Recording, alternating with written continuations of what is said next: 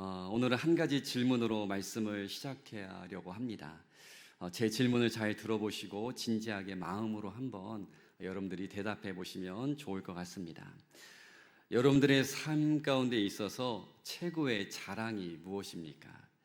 여러분들이 지금까지 살아온 인생을 이렇게 돌아보면서 또 생각하고 한번 떠올려 볼 때에 이것은 정말 내가 잘한 일이다 라고 자랑 삼을 만한 일이 여러분 무엇입니까?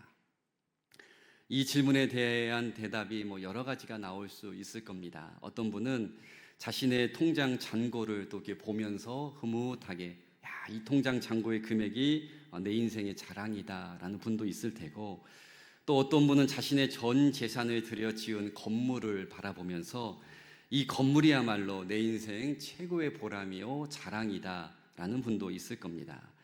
또 어떤 분은 박사 학위증을 보면서 이 학위야말로 내 인생의 최고의 보물과도 같다라고 자찬하시는 분도 있을 겁니다. 또 어떤 분은 훌륭하게 자라 이 세상에서 큰 영향력을 주는 자녀들을 보면서 내 자녀들이야말로 내 인생의 최고의 자랑이고 보물이다, 보람이다 라고 고백하는 분도 있을 겁니다. 그런데 오늘 말씀의 결론과 같은 내용이지만 하나님을 믿는 성도라면 저와 여러분들의 평생 자랑이요, 우리 인생의 최고의 소망과 보물은 바로 예수 그리스도가 되어야 한다라는 것입니다. 다시 말해 지금까지 내가 살아오면서 긴 인생을 살아오면서 제일 내가 잘한 일이 있다면 그 일은 바로 예수님을 믿은 일이고, 내 인생에 있어서 가장 큰 보물과 같은 일은 바로 내가 십자가로 말미암아 구원받은 일이 내 인생의 가장 중요한 일, 소망 또한 보물이 되어야 한다라는 것입니다. 우리가 살아가다 보면 무엇인가를 자랑하고 싶을 때가 있고, 또한 다른 사람이 나에게 자랑하는 것을 들을 때도 있습니다. 그 내용들을 보면 내가 어떠한 일에 성공한 것에 대한 자랑, 또한 어떤 물건을 아주 싸게 산 경험에 대한 자랑, 그리고 아주 유명한 사람을 만났다라는 자랑 등 다양한 자랑을 듣고 또 우리는 자랑을 하면서 살아갑니다. 그런데 여러분, 중요한 사실은 어떠한 사람이 무엇을 자랑하는지를 그 내용을 자세하게 들어보면 그 사람의 인생에 있어서 가장 그분이 중요하게 생각하는 것이 무엇인지, 다시 말해 그 사람의 삶의 우선순위와 소망과 가치관을 우리는 발견할 수가 있게 된다라는 것입니다. 그래서 만약 어떠한 사람이 만날 때마다 늘 물질을 자랑한다면 그분의 가치관은 돈이 되기 때문에 물질 만능주의라고가 할 수가 있습니다. 돈이 그 사람에게 있어서 최고의 가치이고 우선순위가 되는 겁니다.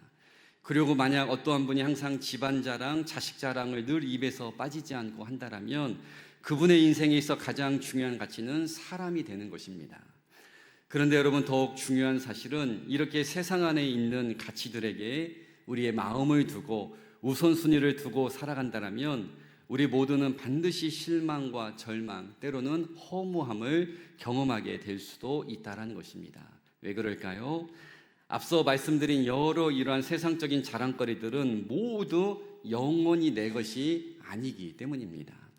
여러분, 지금 내가 가지고 있는 재산과 물질이 영원토록 내 옆에 내 것으로 존재하고 있을까요? 만약에 그렇게 생각하신다면 꿈을 깨셔야 합니다. 어느 순간 어떠한 이유로 한순간에 내가 가지고 있는 물질이 내 곁을 다 떠나갈지 모릅니다.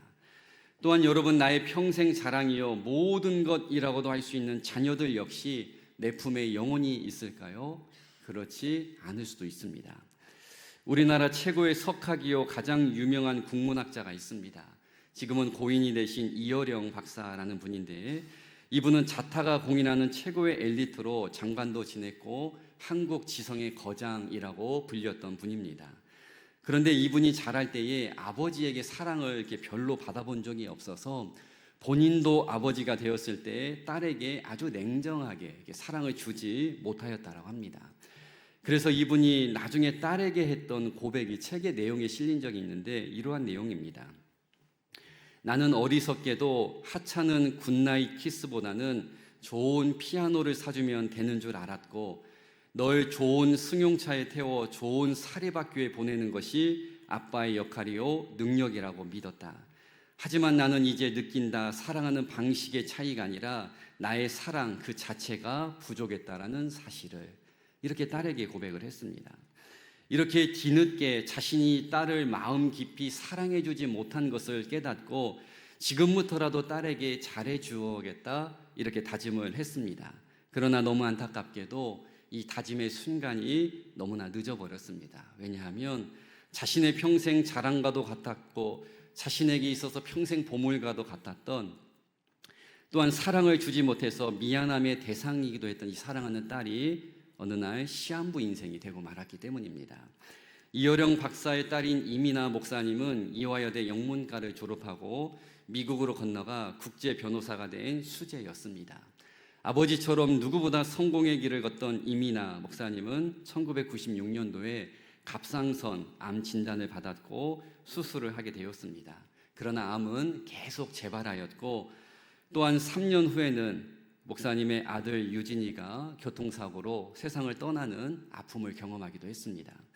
이렇게 이민아 목사님은 자신의 암투병 그리고 아들의 죽음이라는 인간의 한계 앞에서 예수님을 만나게 되었습니다. 그리고 모든 것 다 내려놓고 신학을 공부하고 목사 안수를 받은 후에 미국 또한 아프리카, 남미, 중국과 같은 여러 전 세계 지역을 다니면서 특별히 마약과 술에 빠진 청소년들을 구제하고 상담하는 일에 자신의 온 인생을 바쳤습니다.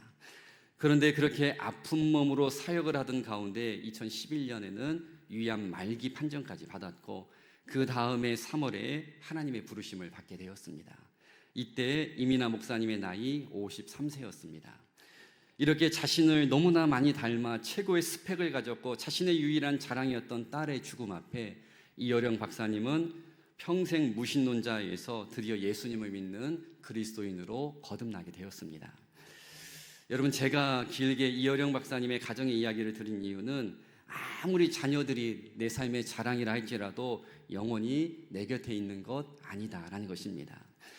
그리고 우리가 세상에 있는 것들을 이렇게 자랑 삼는 것에 대해서 또 한 가지 생각해 보아야 할 것은, 세상의 자랑거리는 우리에게 영원한 만족을 주지 못한다라는 것입니다. 우리는 세상의 모든 것을 다 가져보았던 솔로몬의 고백을 통해서 이 사실을 확인할 수 있지가 않습니까? 아무리 큰 부자가 되고 최고의 자리에 올라갔고 대단한 지혜를 가지고 있어도 솔로몬의 인생의 결론의 고백이 무엇입니까? 허무하고 허무하고 허무하고 허무하다, 5번 이상을 허무하다라고 자신의 인생을 결론을 내렸습니다. 그래서 여러분, 오늘 말씀의 중요한 요지이지만 우리들은 우리의 삶에 진정한 만족이 되시고 영원히 우리와 함께 하시고 변치 않으시는 하나님에게만 소망을 두는 삶을 살아가야 한다라는 것입니다. 헛된 것을 품고 바라볼수록 점점 더 우리의 인생이 허무해질 수 있지만 참되고 영원히 변하지 않는 하나님에게, 하나님의 말씀에 우리가 소망을 두고 살아간다면 허무하고 공허한 인생이 되지 않기 때문입니다. 오늘 본문에 보면 예수님은 제자들과 예루살렘 성전을 나오시면서 대화를 하신 내용이 담겨져 있습니다. 특별히 한 제자가 예수님에게 예루살렘 성전을 가리키면서 이렇게 질문을 했습니다. 1절 말씀 제가 쉬운 성경 번역으로 한번 읽어보겠습니다. 예수님께서 성전을 떠나실 때 한 제자가 예수님께 말했습니다. 선생님 보십시오. 정말 아름다운 돌이지요. 정말 아름다운 건물이지요. 이 대화에 나온 한 제자의 말을 통해서도 우리가 분명하게 알 수 있는 사실은, 예수님께서 공생의 기간 사역하실 때에 유대인들에게 있어서 가장 중요하고 그들의 평생 자랑이 되는 것이 있었는데, 그것은 바로 예루살렘 성전 건물이었다라는 것입니다. 잘 아시는 것처럼 이스라엘 백성들이라면 누구나 우리들은 하나님으로부터 특별히 선택을 받은 민족이다, 이 선민의식에 대한 자긍심이 정말로 대단했습니다. 그리고 그 자긍심의 상징과도 같은 건물이 바로 예루살렘 성전이었습니다. 그래서 구약 성경에 자세하게 나와 있지만 그들은 예루살렘 근처에 살지 않아도 절기가 되면 꼭 예루살렘 성전을 정기적으로 찾아왔고 항상 성전 중심의 삶을 살았습니다. 그런데 이렇게 성전 중심의 신앙생활은 너무 좋았지만 문제는 장엄하고 화려한 예루살렘 성전이 이스라엘 백성들에게 있어서 예배 장소를 넘어서 마치 하나의 우상처럼 그들의 하나의 자랑거리가 되고 말았다라는 것입니다. 그리고 이스라엘 백성들의 의식 속에는 이 예루살렘 성전, 이 건물은 영원할 것이다 라는 그런 생각을 가지고 있었다라는 것입니다. 그런데 오늘 본문 2절에 보면 이 예루살렘 성전과 관련해서 예수님께서 청천벽력과 같은 아주 특별한 말씀을 하셨는데요. 제가 2절 말씀 한 번 더 읽어보겠습니다. 예수께서 이르시되 내가 이 큰 건물들을 보느냐 돌 하나도 돌 위에 남지 않고 다 무너뜨려지리라 하시니라 라고 말씀하셨습니다. 한마디로 이 말씀은 모든 이스라엘 백성들에게 있어서 생명과 같은 존재이고 일평생 우리의 자랑거리였던 예루살렘 성전이 한순간에 다 무너질 것이다라는 정말 엄청난 충격적인 이야기를 예수님이 하셨다라는 것입니다. 성전 파괴에 대한 예수님의 이 예언의 말씀을 들었던 제자들은 어쩌면 한순간에 멘붕에 빠지게 되었을 겁니다. 전혀 상상해 보지도 못한 일이고 어쩌면 우리 민족의 자존심이고 하나님께서 가장 중요하게 여기시는 장소라고 생각을 했는데 그 예배의 장소가 한순간에 무너진다라는 말씀이 예수님의 입술에서 나온 것을 보고 순식간에 제자들은 다 충격에 빠지게 되었던 겁니다.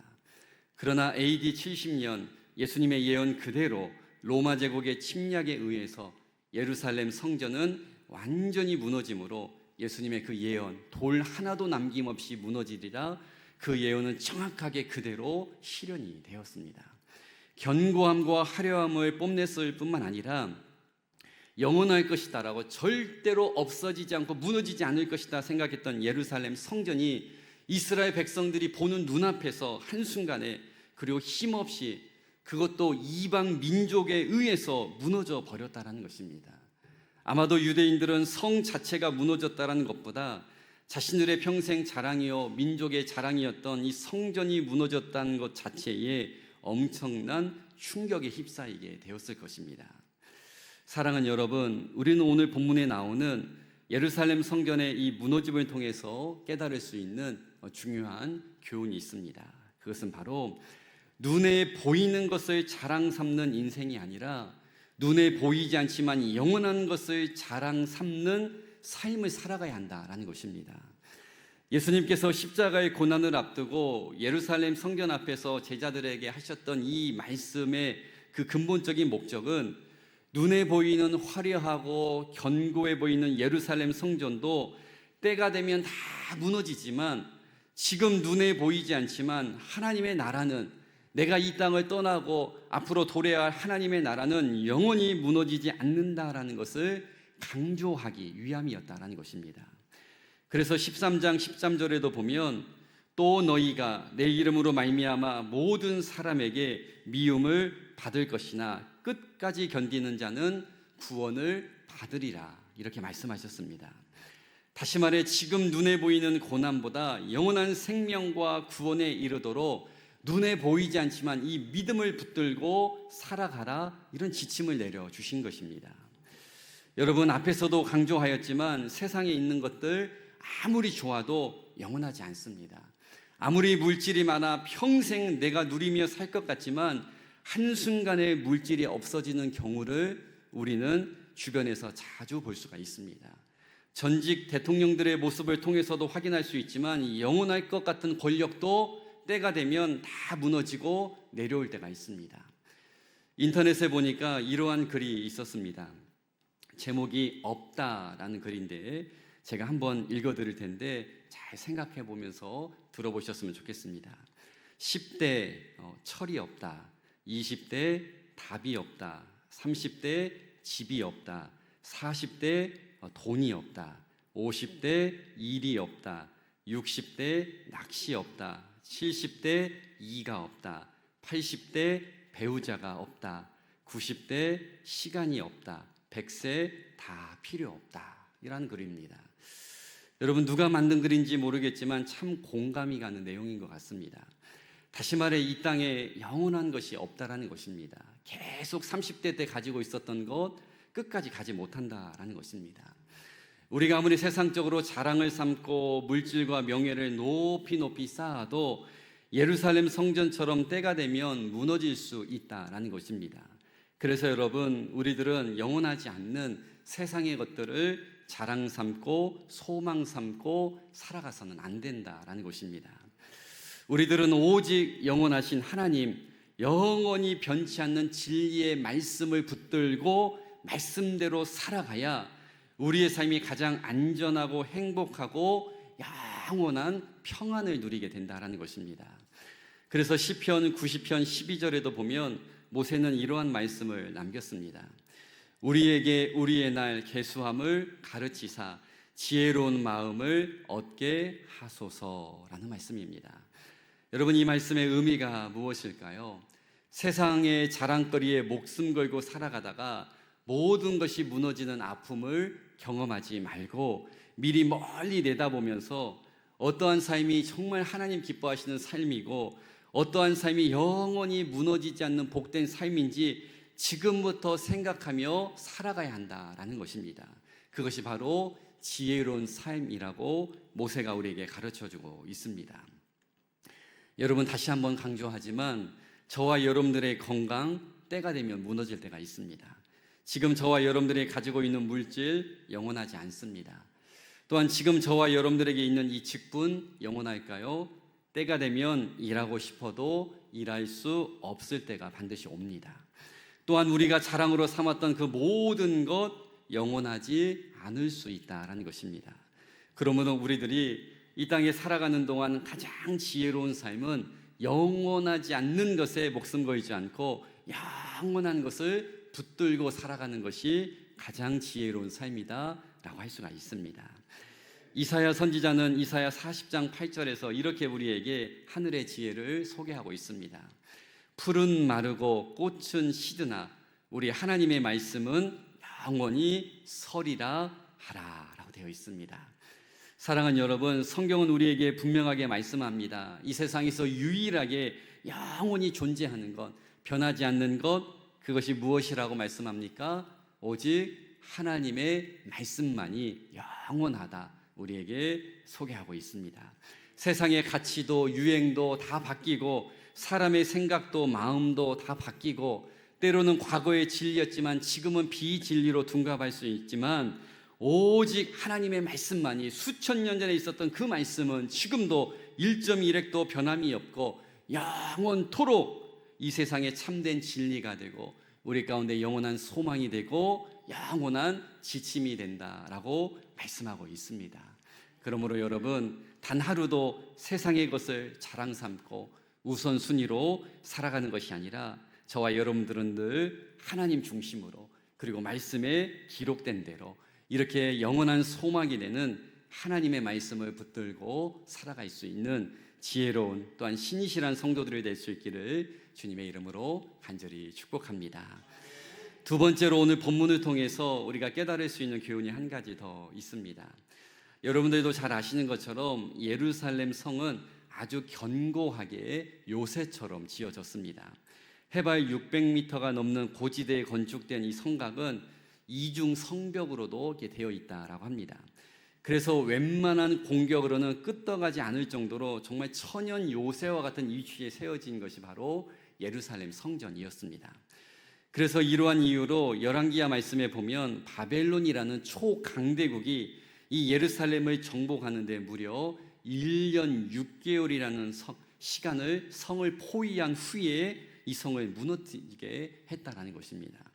나중에 예수님 시대에 로마가 예루살렘 성전을 다시 한번 정복할 때에는 무려 3년이라는 시간이 소요될 정도로 예루살렘 성이 정말로 견고하고 완전 요새와 같은 곳이었다라는 것입니다. 그런데 이렇게 튼튼하고 요새처럼 완벽한 위치에 서 있었던 예루살렘 성도 결국 어떻게 된 거예요? 무너지게 되었다라는 것입니다. 여러분, 이 사실을 통해서 우리가 무엇을 깨달을 수가 있을까요? 그것은 바로 하나님의 보호가 떠나면 아무리 대단한 것도 한순간에 무너지게 된다라는 것입니다.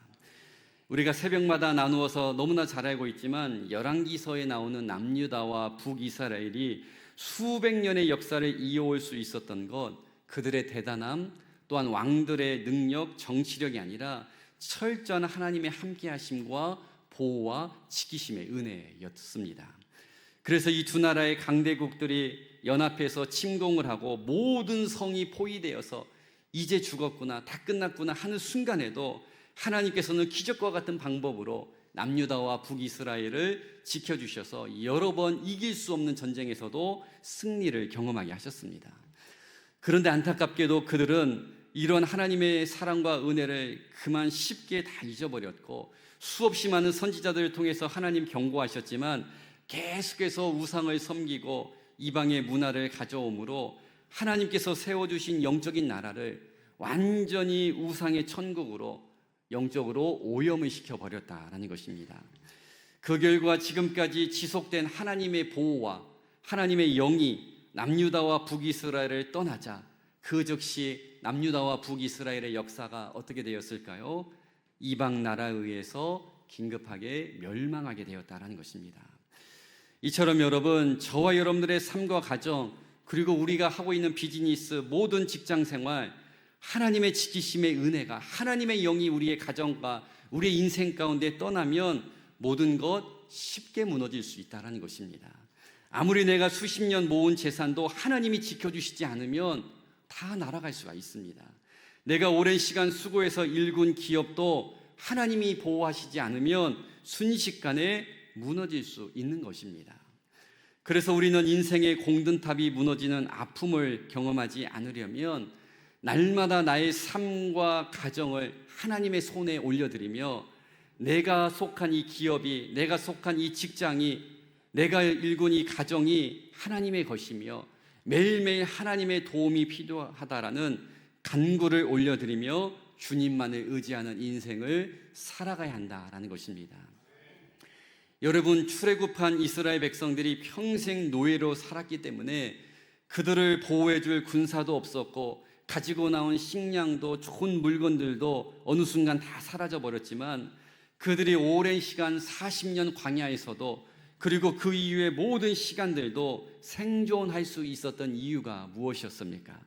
철저한 하나님의 보호와 인도하심 때문이었다는 것입니다. 다시 말해 하나님이 함께 하셨기 때문에 긴 시간 아무것도 가진 것 없었지만 이스라엘의 200만이 넘는 백성들이 생존할 수 있었다는 것입니다.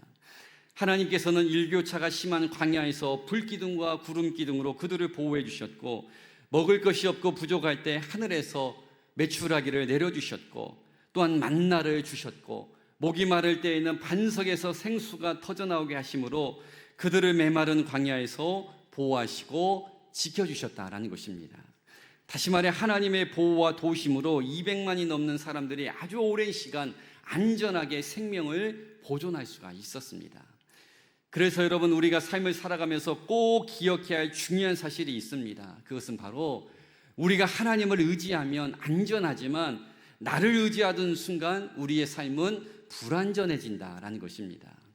왜냐하면 저와 여러분들의 지식과 경험과 능력은 분명히 한계가 있고 제한이 있지만 우리가 믿는 하나님의 능력은 제한이 없는 전지전능하심의 능력을 가지고 계시기 때문입니다. 그리고 이 하나님께서 저와 여러분들을 영원토록 지키시고 보호하시겠다라고 약속해 주셨기 때문입니다.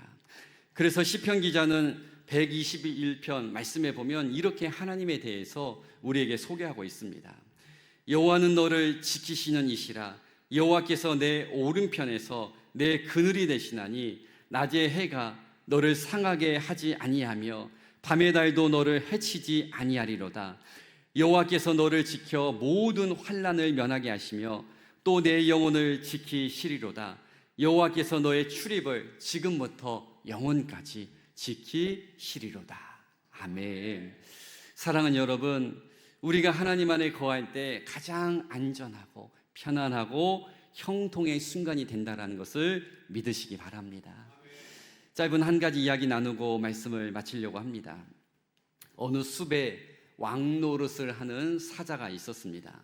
그런데 그 늘 사자에게 당하는 여우 한 마리가 있었는데 어느 날 꾀를 내어서 자신이 사자보다 더 우위에 있다는 것을 이 여우가 보여주고 싶었습니다. 그래서 당당하게 사자 앞에 와서 이렇게 어느 날 말을 했습니다. 너 사자는 들어라. 이제부터 이 숲의 진정한 왕은 여우 나이니까 너는 그만 왕자에서 내려오거라 라고 이야기를 했습니다. 이 말을 듣고 사자가 여우를 너무나도 가소롭게 여겼습니다. 그래서 사자가 여우에게 말하기를 네가 나보다 더 대단한 존재라는 것을 한번 그럼 증명해 보거라 라고 이야기를 하자 여우가 기다렸다는 듯이 그럼 네가 나를 한번 하루만 따라다녀라 라고 말하면서 숲으로 사자를 데리고 갔습니다. 그리고 숲의 입구에 들어섰을 때 여우가 사자에게 이렇게 이야기를 했습니다. 지금부터 내 뒤에 딱 붙어서 나를 따라오면 모든 동물들이 나를 보고 무서워서 도망가는 거 너 발견하게 될 것이다. 이렇게 말하고 숲에 함께 들어갔는데 정말 여우의 말대로 모든 동물들이 이 여우를 보면서 다 고개를 숙이고 꼬리를 내리면서 다 주랭랑을 치는 것이었습니다. 힘센 곰도 멧돼지도 다 작은 여우 앞에 도망을 갔습니다. 이 모습을 본 사자가 진짜로 여우에게 뭔가 특별하고 막강한 능력이 생겼구나 라고 생각을 해서 이 사자도 왕이었던 사자도 그만 짐을 싸서 숲을 떠났다라는 어린아이들의 이야기입니다. 여러분 어떻게 된 일일까요? 어떻게 여우보다 훨씬 덩치도 크고 힘이 센 곰과 멧돼지를 비롯한 많은 동물들이 여우를 보자마자 왜 주랭랑을 쳤던 걸까요? 그 이유는 바로 여우 뒤에 누가 있었을까요? 사자가 있었기 때문이었습니다. 쉽게 말해 여우를 보고 무서워 도망갔던 것이 아니라 여우 바로 뒤에 붙어 있었던 무서운 사자를 보고 다 두려워서 도망을 갔다라는 것입니다. 여러분 우리가 이 이야기를 통해서 깨달을 수 있는 교훈은 우리가 많은 사람들 앞에서 당당하게 살아가고 때로는 내 힘으로 할 수 없는 일도 보란듯이 선포하며 감당할 수 있는 것, 때로는 낙심과 절망의 상황에서도 하나님이 일하실 것입니다. 하나님이 도와주시고 반드시 이 일도 돌파하게 하실 것입니다. 우리가 선언할 수 있는 이유는 바로 우리 뒤에 누가 계실까요? 전지전능하신 하나님이 우리 가운데 계시기 때문에 하나님께서 영원토록 우리를 지키시고 보호하시고 우리와 함께 하시기 때문에 그 능력을 신뢰하며 살아가면 어떠한 상황 속에서도 우리는 여우처럼 당당하게 어깨를 피며 하나님만을 자랑 삼고 소망 삼고 살아갈 수 있게 된다라는 것입니다. 그래서 오늘부터 우리 사랑하는 여러분들 하나님께서 나와 함께 하시는 삶을 최우선 순위로 삼으시고 내 힘과 능력이 아니라 오직 하나님 한 분만을 의지하며 살아갈 수 있기를 바랍니다. 그래서 오직 우리 모든 백성 성도들은 하나님을 의지하고 일평생 눈에 보이는 것보다 눈에 보이지 않지만 영원한 소망이 내는 하나님 중심으로 그리고 말씀 중심으로 살아갈 수 있기를 주님의 이름으로 간절히 축복합니다.